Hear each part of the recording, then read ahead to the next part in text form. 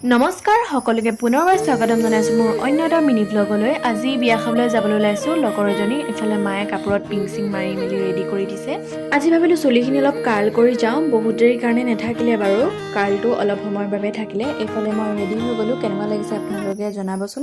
আজি মাৰ বিয়াৰ কাপোৰ এযোৰকে উলিয়াই ল'লোঁ পিন্ধিবলৈ, এযোৰ মাৰ লগত দিয়া কাপোৰ হয়।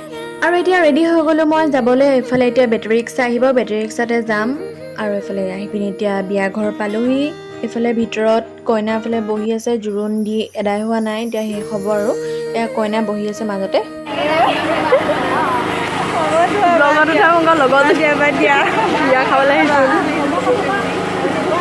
এতিয়া খানা চানা খাই মেলি আহিলোঁ আৰু মই খোৱাৰ ভিডিঅ' কৰিব পাহৰি থাকিলোঁ। এয়া কইনাই ভনীয়েক অলপ ফটো মাৰি আছে আৰু আমি তিনিজনীয়ে ছাইডত বহি লেকচাৰ মাৰি আছোঁ।